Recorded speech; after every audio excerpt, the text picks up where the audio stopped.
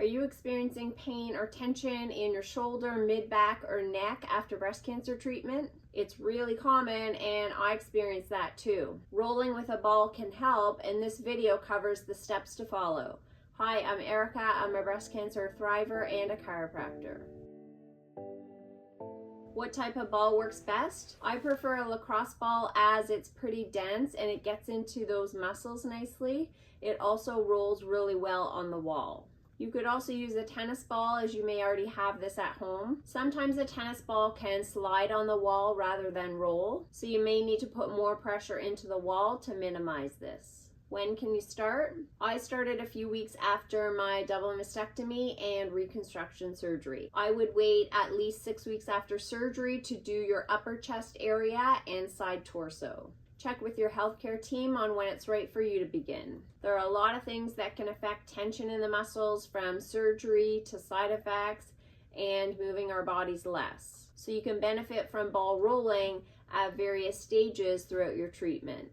Should it be painful? Rolling will feel uncomfortable, that's normal, but it should be tolerable. It will be more uncomfortable in the areas that are tighter. How does ball rolling help? Ball rolling doesn't actually break up knots in the muscles. It affects your nervous system and does actually help the muscles to feel more relaxed, which will then reduce pain. The result, less guarding or tightening up of the surrounding muscles, and a better functioning neck, shoulder, and mid-back once you're done rolling. What are the areas to release? I'm going to review 5 areas to roll. The first 3 are the ones to focus on. They're easier to do and will cover most of the tension. The last 2 are bonus ones. They're more awkward to do, but they are effective once you get the hang of them. The first area to release is your mid-back. This is a common area of compensation after breast cancer surgery, throughout the tissue expansion process, and after breast reconstruction. Place the ball between your shoulder blade and spine near your lower neck, and then lean against the wall. Walk your feet out and then move your body so that the ball moves up and down.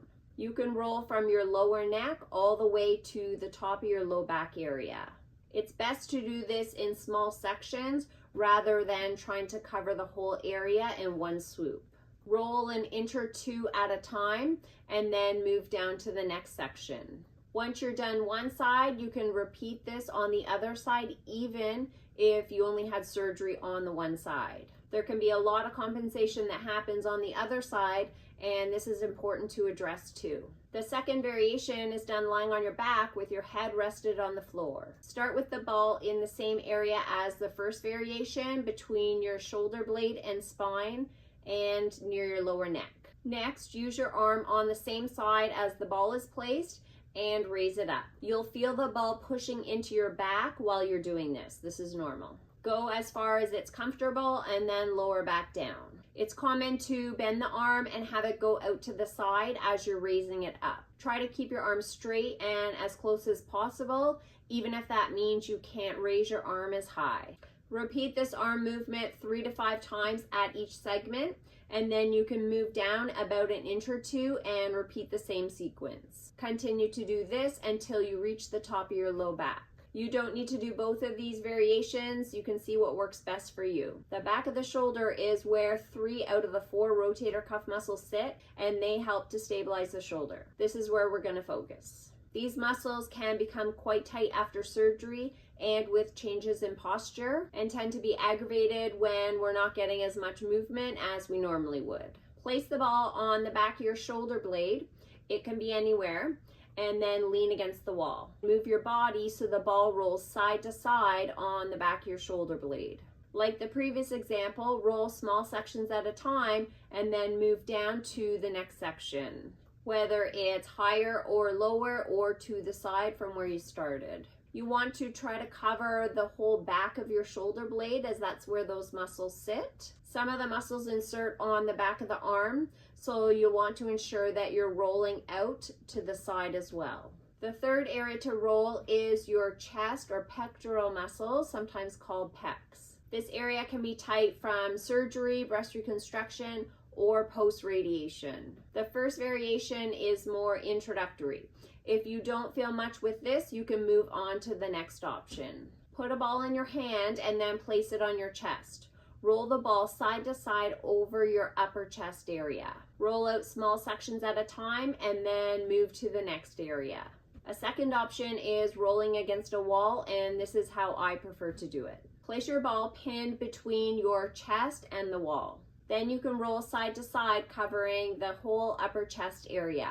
The border to roll for both variations is your collarbone at the top, the breastbone on the inside, the side of your armpit area, and then above the breast area. So you're not going on the breast for this one. If you had flat closure, you can actually roll your entire chest. If you'd like more self-care tools after breast cancer surgery and treatment, hit that subscribe button down below. The last two areas to roll are bonus ones. For the side of your neck, you'll need an outside corner or a doorway frame. Place your ball on the top of your trapezius muscle, which is right here, or trap muscle, and then lean into a wall or door frame. Move your body so the ball rolls slightly up and down. For this one, you'll roll in really small sections as the area to cover is much smaller. The border is in between your collarbone in the front, the top of the shoulder blade in the back, the side of your neck, and then out to the side right before that bony part of your shoulder blade, so a little bit in further from there. Ensure that you're rolling on muscle the whole time and not going too far in any of the directions where you'd be on the bone. If you had radiation, you may notice that that front portion feels quite tight. The scalene muscle sits there, and that's usually a part of the radiated field. The last area is the side of your torso and into your underarm. This can be especially helpful if you've had radiation, you currently have cording, or you have trouble and tightness putting your arm up by your ear. With your arm raised up and forward, place the ball at the top of your side torso and then lean into the wall. Move your body so that the ball moves side to side. You'll be targeting a few inches in front and then a few inches behind that side torso area.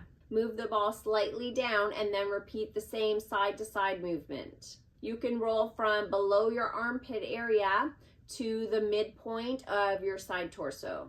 If you're finding a lot of tension while you're rolling, some of this may be related to disuse and weakness. In general, after surgery and throughout treatment, we're not moving our bodies as much as we were before surgery. When our muscles are weaker, our body usually responds by tightening up more, leading to pain. It's often thought that we just need to stretch out and loosen those muscles to reduce that pain. But it's ideal if you can pair this rolling routine with some strengthening exercises for the mid, back, and shoulder. That video's up next. See you there.